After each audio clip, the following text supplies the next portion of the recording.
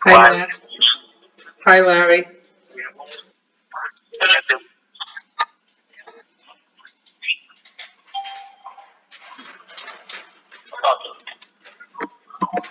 Mike Jewett. Hi, Mike. Hi. So cool. We already have somebody on with UV on in the background. I know. I can hear Donald Trump talking on the news. Well, my TV's on. So, the person, who was that? Nancy? Okay, Nancy, thanks. Hey, Tina just. What? What? Tina just texted or emailed us that her access code isn't working. Oh, I don't know what she's typing wrong because everybody else is on. All right, I'll call her. I sent her an email back.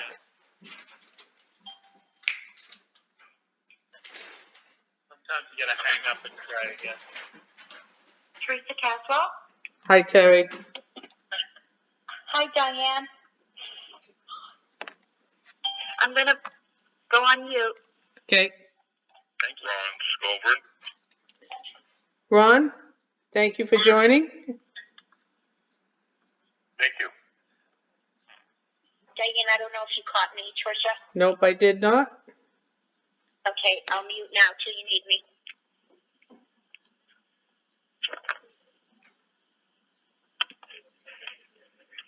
Matt, we do have a quorum if you'd like to go and start the meeting. Okay. Cool. And we're just missing Lisa, right? So it's 4 of us? Correct. Okay. So I'm going to call the meeting to order. It looks like 6:01 p.m. So again, this is COVID-19 response meeting. I'm looking to maybe get this meeting done in a half hour if we can pull it off. I'm going to start with, as always, if Trish wants to give us a quick summary of the Wednesday call. Go ahead, Trish, if you would, please. Sure, thank you. So unfortunately, I will speak, not quickly, but I'll do this expeditiously, but we have 2 calls because I had one yesterday, or we, Larry and I, and probably the chiefs who were on it. So I'll fill you in on that. Yesterday the call started with letting us know we had 42 first responders now infected in New Hampshire. 20 of them are fire department, 18 are police department, and 4 are EMS. Also, there will be another week. Oh, sorry, who was that? Tina. It's Tina, sorry. That's okay. There'll be another legal call at noon on Thursday for the selectmen and police, fire, and the emergency management. If you did not save that legal number from yesterday, I will send it to Diane and she can send it out because that shouldn't be for the public. As you know, HIPAA has relaxed some of their requirements, and we will now get notified when they have info on an infected patient. I'll expand on this on today's call. We had a question from a police department chief that said currently 911 is only screening medical calls, but he feels all the calls should be screened. There was a lot of conversation about it, and he further explained that a police officer could be exposed to an infected person even if the call didn't start out as a medical call. He requests that all calls be screened, and dispatch should then tell the first responders, whether it's the police department, fire department, or EMS, that the patient is infected or symptomatic or not. There was a lot of conversation back and forth, and then later on in the call, they got back to us and said that 911 has been notified, and the hope is that every call will be screened, whether it's police or fire, and the department will be notified if it's a yes, that means they're symptomatic. I think that's all that they were going to do. There was another question from, I think it was an EMG, that wanted to know any further thoughts on shelter in place. He responded by saying, New Hampshire is in 4th place as far as being the most aggressive state. Peter Jackman. That's being looked at, and New Hampshire's handling it very well. They're looking at potential, however, they are not there yet. So the answer to this question, as he stated at 12:32 p.m., is no. There's not an idea of shelter in place at this time. State is looking for more places to house patients as well as first responders. A lot of people weighed in on that. There were some questions from a couple of communities, larger communities, that are jointly running a command and control center, and wanted to know how these control centers are going to be paid off when paying bills, and when will the town be made whole again. They said this is good questions, and they will get back to us. They also said the National Guard is now available for assistance, and we have a contact name and number that I don't think I should put over the air, but this lady has worked with Larry in the past, and I will give that out to anyone who might need it, police, fire. Also, there was another question about the Red Cross. They're planning a blood drive in this particular town, and they wanted to make sure that the Red Cross is going to be asking the right questions for screening.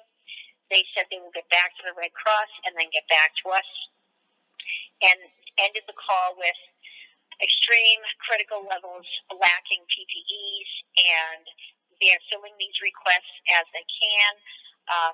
They also said, and this may be new to us or to the police and the fire and EMS, but they want us to put our requests for PPEs on the web EOC, and they are going to, they are going to fill requests according to the web EOC. So we have to make sure that we do that. And lastly, on a nice note, Osceo's delivered 30 mac and cheese dinners to Packer Meadows actually today, so I thought that was kind of cool. And if I can go to the next call, and then if I need to repeat anything, I will. So the question was, who has the authority to tell an employee they have to stay home?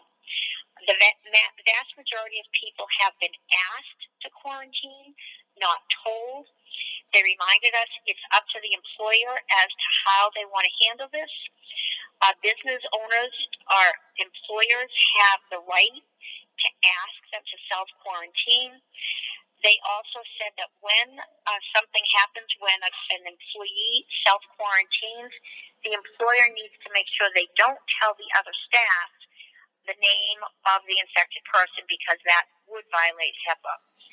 They also said that you could send out a message once you've contacted the infected person to see who they have been in close contact with, and you can reach out with a message that telling them they may have had contact with an infected person.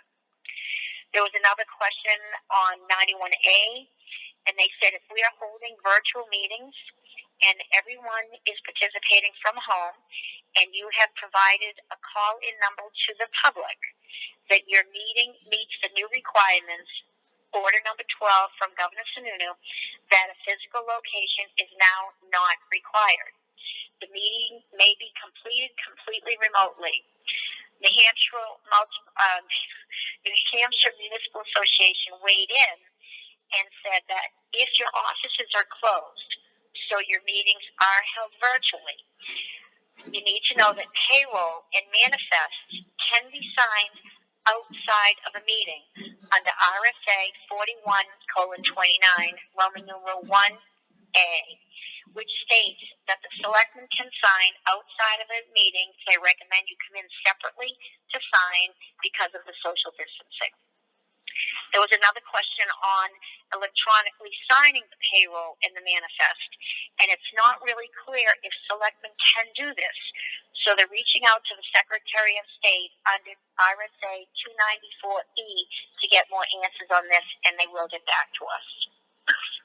Also, questions on if volunteers are delivering groceries or supplies to seniors or anyone, what happens if they fall? Who's responsible? Are they covered? Primex responded they were on the call and said they recommend us getting a list of volunteers and create an agreement of what the volunteer will be doing.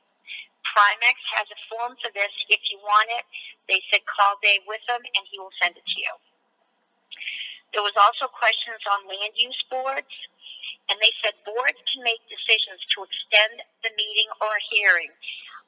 Any new notifications that must be sent out to a meeting that wasn't held must be paid by the town. I think this is a repeat message of one I gave you in the past. If the boards are still meeting virtually, plans must be provided to the board members in enough time to review it before the meeting. If this can't happen, because, say, the town hall is closed and the plans can't be sent virtually or via email or however, then the board can vote to postpone to a certain time. There was a question on campgrounds. If a campground is not practicing social distance, is it considered transient housing? Can you evict them? There was a lot of conversation about this, and they were talking about a particular campground. And ultimately, they suggested calling the Consumer Protection Bureau for guidance on enforcement at 888-468-4454. There was another question on HIPAA, again, providing the name and address of disclosed patients. If they sign a waiver, if they don't, we've got to remember privacy has to be protected. There was a question on if there's a call, and it could be a police call or a fire call, but the call isn't necessarily a symptomatic call, and the person is transported to the hospital. Once they get to the hospital, if it's determined that they are symptomatic, will the towns that transported be notified so that it can feed down to the first responders? And they said yes, that will happen. And the last thing, the state is looking for help and asked that we get the word out to a website they've created called NHResponds.org. And to fill out the request, people will get back to them. I've got that on the EOC website. I don't know if you want to push it out to other people. They're looking for all kinds of help, whether it's nurses, doctors, firefighters, police, even administration. They will ask the questions and see if you meet any criteria that they can use. And lastly, I'll get on a nice note. Mrs. Kane made, shepherd's pie for 7 residents that don't have cars at Packer Meadows, and she, along with the fire department, delivered them. That's the end. Thank you very much. A lot of information there. Wow. I think the most important thing that we should note out of that for our board at least is that we can now have these calls via the phone without having the designated survivor at the town hall that we've been having. So that's a good thing, and that should be Nancy and Diane passed along in case they don't know to the other boards. So like planning, I know it's at least one member was eager to get started, so maybe they want to think about doing this, but that's good. I thank you, Trish. And Packer Meadows is always kind of on my mind, so it's good that people are giving them some attention there. Yes. Yeah, that's great. And kind of on my list, a couple of things I wanted to hit quickly is, first of all, is I do think I want to propose to the board, this would be an action item probably for Nancy, Diane, and Kim together, is I think we need to start tracking our COVID-19 displaced employees, and what I mean by that are the employees who, as a result of us shutting things down, are not able to come to work, so we have them filling out time cards with COVID-19 written on it. Now, our hope, obviously, is that we'll see some sort of reimbursement, but I think the longer this thing goes on, and who knows how long, we might have to make different decisions. So if the board's okay with that, I'd like to see Nancy, Diane, and Kim work on a spreadsheet report that we can get on a weekly basis so we know how much we've invested. Matt? Yes. Matt? I Yes. did talk with Kim. She's already sent out an email to everybody telling them that if people aren't working, and I use Barbara in the permit clerk's office, if she's not working, the department head will sign the time sheet for her and mark it as, the coronavirus. Everybody should have received that, or they'll receive it tomorrow. I think Diane and I were reviewing it and making sure that, everything was in there. We started a list on the employees that do not work, that are at home, and we'll know better after the payroll on Monday to get a better handle. We're thinking of names on the top of our heads, but there may be others that we're not thinking of. So we'll be able to do that. Yep. Awesome. Thank you. The other thing I wanted to hit really quick is Shanti is working on the template for the online building permit. He didn't have it ready yet, so I excused him from this meeting, but he's planning on, it's going to take him a little bit before he can present it to us. But otherwise, they're still open for business. If anybody's looking for them, they know how to get in touch with them either by email or by phone. So,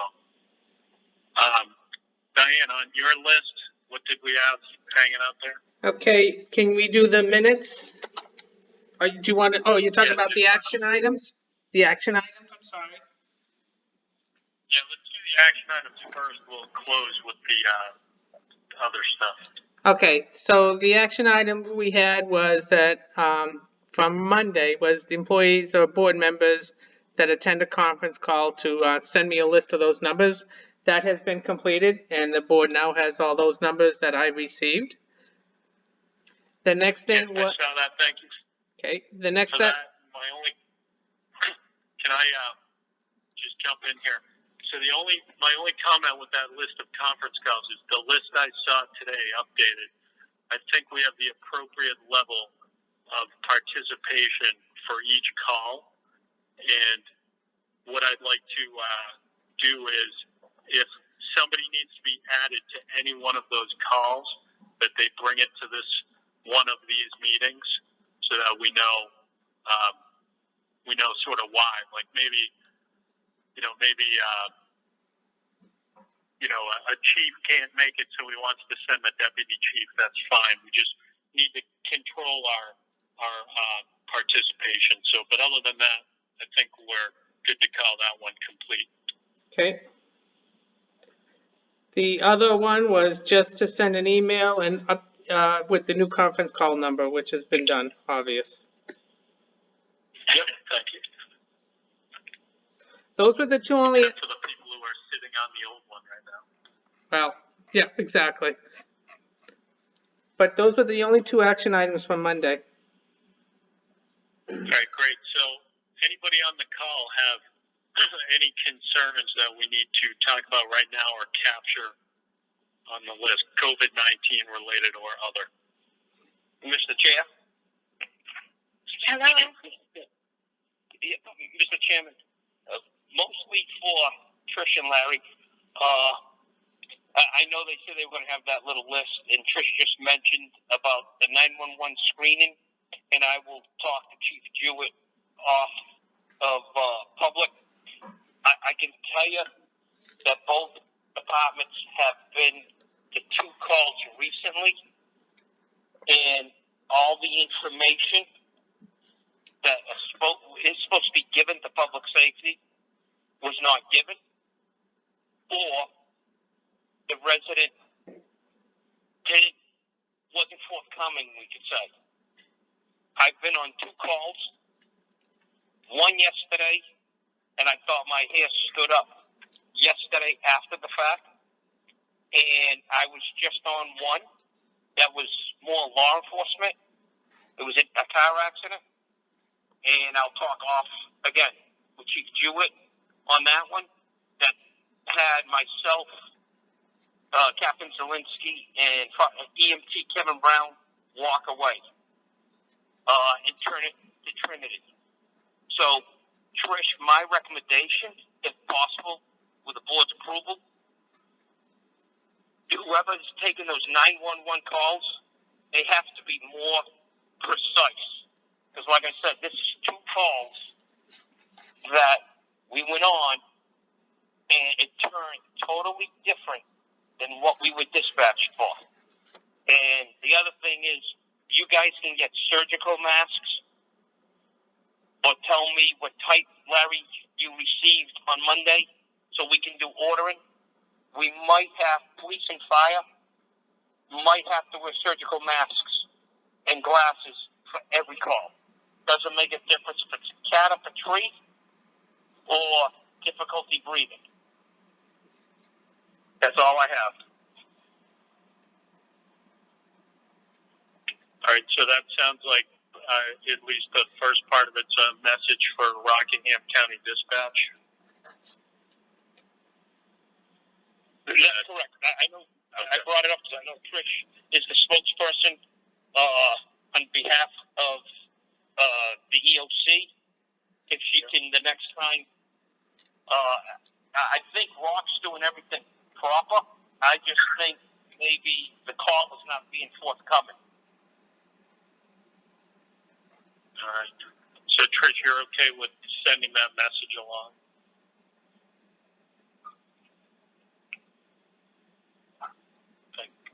Is Trish still there? She might be on mute. It's Kate here. Hey, can you hear me? It's Kate. Hi, Kate. Hi, Chief. Are you able to? I mean, we don't want anyone to get sick. Are you able to now attend all calls until this is straightened up in the appropriate gear to protect yourselves? We're going to run out fast. This is, as the chairman said this at the beginning, this is ever-changing. A routine call yesterday, and Larry and Trish know, a routine call yesterday that I've done for 20 years. When I got back to the station, it was the oh my you-know-what. Hit the panic button. We had the EMS coordinator today actually call Exeter. That was why we asked Trish to ask one of the calls in regards to if the transporting agencies would be notified. We did not transport. They self-transported. The exact same thing just happened about an hour ago. They self-transported. And I feel good with the response that Trish received, that even though they self-transported, part of the questionnaire at the hospital is who did they come in contact with. Hopefully they would say police, fire, and EMS, and not forget. But I want to make the recommendation, that's why I'm looking for surgical masks. Personally, I want to recommend that we don't leave the door on any medical calls unless we have black goggles and a surgical mask. I just ordered a bunch of eye protection. I don't have enough masks. Some people are wearing ski goggles. They have them. Okay, this is Selectman Melvin. Can I speak? Go ahead. What about the tow truck drivers? In an accident. Selectman Melvin, if you're going to ask my opinion, like I said, I've been doing this for 40 years. When it comes to fires, yeah, the hair on the back of my head has stood up. Not knowing, I wouldn't go 6 feet near, no disrespect to anyone, I wouldn't go 6 feet near any person that I don't know without a mask and protection. Being honest. Well, why I'm saying this is my son just did a tow. Yeah. Should I tell him anything? Nope, absolutely fine. Okay. That, I assure you, absolutely fine. I was assured also, Selectman Melvin on this call, that everybody that was there should be okay. I'm just going to touch base with the police chief on my opinion. Not that no town agency did anything wrong, but offline, I want to give my opinion. Okay. I think what it comes down to, Charlie, is prudence is a good thing. If you guys are doing tows, just kind of keep your distance and wash your hands and all that good stuff. Definitely. Yeah, he does. He takes all the chemicals that he needs to take and stuff like that. But I mean, we have the paper mask, so he could, and we have the ones with the cartridges on it. He could wear that as well. Charlie, Selectman Melvin, just quick. Yep. The other thing I would recommend is if the tow truck operator wears gloves, because if they're entering that vehicle and touching that steering wheel or touching keys, door handles, etc., from what I've been told from yesterday, different surfaces, the virus can live, per se, longer than on other surfaces. Yep, understand. I'll take care of it on my end. Thanks. Yep. All right. So, anybody else? That was. Yes, this is Diane. We do have a couple of things that need to be answered. About, Okay. Go ahead. All right, so the bookkeeper, Kim, is asking about a couple of the motions that we made on Monday. One of them is Selectman Gagne moved to institute a policy for COVID-19 that any employee that takes a domestic flight must take a 14-day leave of absence. What we did not define, or she doesn't understand, is that a paid leave of absence? Do they have to use PTO, or is it unpaid? Good question. So that is the question, and we do know we got a email today, I think it was, right, from Primex that they do cover this now, right? I read that correctly. Are you talking about the family leave? Well, I don't think it's under family leave, but it was on that same email. It basically says there's coverage for somebody forced as a result of their job to self-quarantine. Okay, but in your motion, okay, that you made, it just says that they took a domestic flight. It doesn't say, if they took it for personal reasons, are they, because, that type of thing. So is this a leave of absence with or without pay? So here's my thing, and the rest of the board can weigh in, is, for me, this is a case-by-case basis thing, because I think what we did Monday night is we provided notice. So by providing notice, people can change their behavior. They can change their plans. If we force somebody to go into self-quarantine before we made that change, then I think we're obligated. But I think what's going to happen is we're going to have somebody who's going to travel for whatever reason, and hopefully we're not going to have a lot of these, but I think anything further than that motion needs to be on a case-by-case basis, but the rest of the board can weigh in here. I'm in agreement with you, Matt. This is Charlie. Right. Kate and Larry? I agree. Okay. I would agree with that. Yeah, Matt. The only thing is that Primex said they would pay if we sent somebody home for 14 days if they had the potential that they came in contact. Somebody who just goes to Florida or to New York just on their free time and come back shouldn't get paid for 14 days.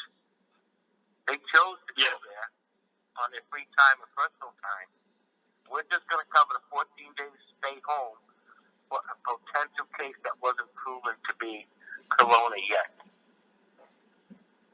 Yeah, I would agree with you, Larry. I think that's why I say this has to be a case-by-case thing. Yep, I agree. If somebody, like I was talking to somebody the other day, nobody that works for the town, but they were going on vacation still. And so that's, I mean, they're doing that of their own accord right now. So that would be a case if it was something work related. I think it's different, but I would tend to agree with you, Larry. Hey, Matt. Go ahead. Matt, I have the workers' comp coverage from Primex, and basically it says a person defined as a public entity employee who contracts COVID-19 through a known positive source as a result of employment will be covered for the resulting medical expenses and lost wages for both prescribed quarantine and recovery periods. So They have to be in contact with somebody that's got it. So in other words, the sort of Chief El Cadino examples, firefighters would be covered, but the New York travelers would not be. Right. Yeah. Okay. So. Can I, when you're done, do we have a policy in place or any guidelines, anyone, to, let's say, someone who's going to test positive in our area at some point, when is it safe for them to come back to work? Is there a guideline in place yet? How long do they have to test, but they're not severely impacted? Hopefully. If I may, Mr. Chair, the state does have something, Kate. It's like the 14 days, and then at the end of the 14 days, it's your temperature plus 72 hours. The state does have guidelines, I know, on the fire side, on when you can return. Before you can return, you have to be retested. Okay. What about all the people who aren't able to get a test? That's a whole other issue. Because, I mean, if a worker at town hall has the symptoms, they're not going to be able to get a test. So I guess we'll cross that bridge when we come to it. Yeah, hopefully the testing will be more readily available. It changes. The thing I keep saying is fluid situation. It changes day by day. We also have to hold out hope that a lot of these things are changing for the better day by day. So by tomorrow it might look different. Okay. No, some are. Let's face it. It's facts, you know. Some are changing for the better, not everything, but so can we leave that motion where it is, Diane? What was Kim's specific question? Just Whether or not you were going to pay that employee that took a flight the way you left it. So I can just tell it it'll be on a case by case basis. Is that a correct statement? I would say that's a correct statement because I saw that motion as notice to employees. Okay. All right. And the other one Thank you. the other one she had a question about, and it'll probably be the same thing, is the one with the mass transit that you have to notify your supervisor, and you may have to prepare for a 14 days quarantine. I'm assuming you're going to do the same thing, do a case by case basis. I think we're in agreement. It's the same thing, same answer. Okay. All right. Okay, check that off. Right. Check that off. Okay. That's it for me for COVID-19. All right. Before we leave COVID-19, anybody else get anything? Excuse me. Yes, I do. Terry Caswell. Sarah, go ahead. I just have a question. When I left the library May 16th, I had already called the post office and had the mails on hold. After the last meeting with Mr. Leverone, I just wanted to make sure of any proper procedure protocol that I should do. I was planning to go either tomorrow or Friday to see what has accumulated and possibly bring it to the library. And I know we have the deep clean, so to my knowledge, nobody has gone to the library since the deep clean. So what is your recommendation? So what's the, any of the people on this call, knowledgeable people, what do you think the recommendation should be for the library? Okay, so no one is doing there. I can speak a little on this because I have talked to Bob Leveroni. Go ahead, Nan. Basically, he's saying that you should wear gloves when handling the mail, Terry. Yeah. And whatever counter surface you're using, make sure after you get done you wipe it all down. Wash your hands. Okay. Don't put anything near your face. And he said, in the future, if you get boxes like delivery, leave it outside or put it somewhere for, I don't know, he said one time 4 days and another time for 4 hours. So you just want to be careful because that could have something on it. Right. Did you speak to Bob at all? No, but on the conversation from Monday, I heard him speak of that. Yeah. So I just wanted to make sure I follow the proper procedure and protocol. Yeah, that's basically what he said. And certainly feel free to call him. He's there for you. He'll answer any sure. of your questions. Okay. Okay, sure. I have one more, kind of along those lines. Regarding, I know it was touched upon regarding, and I'm not quite sure about the payroll e-sign. If I was to scan a copy of the template to, say, the treasurer who signs mine, could she scan it back to me with a signature? Is that proper? I believe that's acceptable.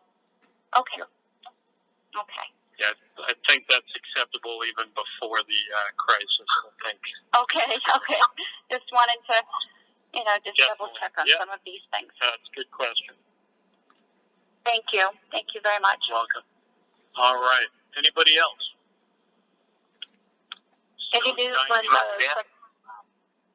Okay. There was, I heard Larry, but somebody before Larry. It was Kate, me too. It was Kate too. I'm just going to ask Trish, I know the law has been passed that we are allowed to DocuSign. Unfortunately, it's been waiting on the Secretary of State's desk for quite some time, years to sign. Is there any indication that that will pass? Given what's going on, I think it would be prudent to avoid going into town hall and signing papers, if at all possible. Any news when that might change?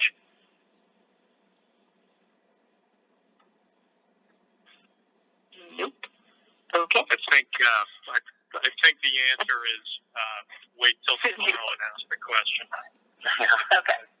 I think it changes that fast, but the our friends in the legislature aren't meeting, so that's Governor Sununu can basically do that with one signing of a pen. So I bet you that'll happen pretty quick. The good news is we only need 3 signatures, so if that helps.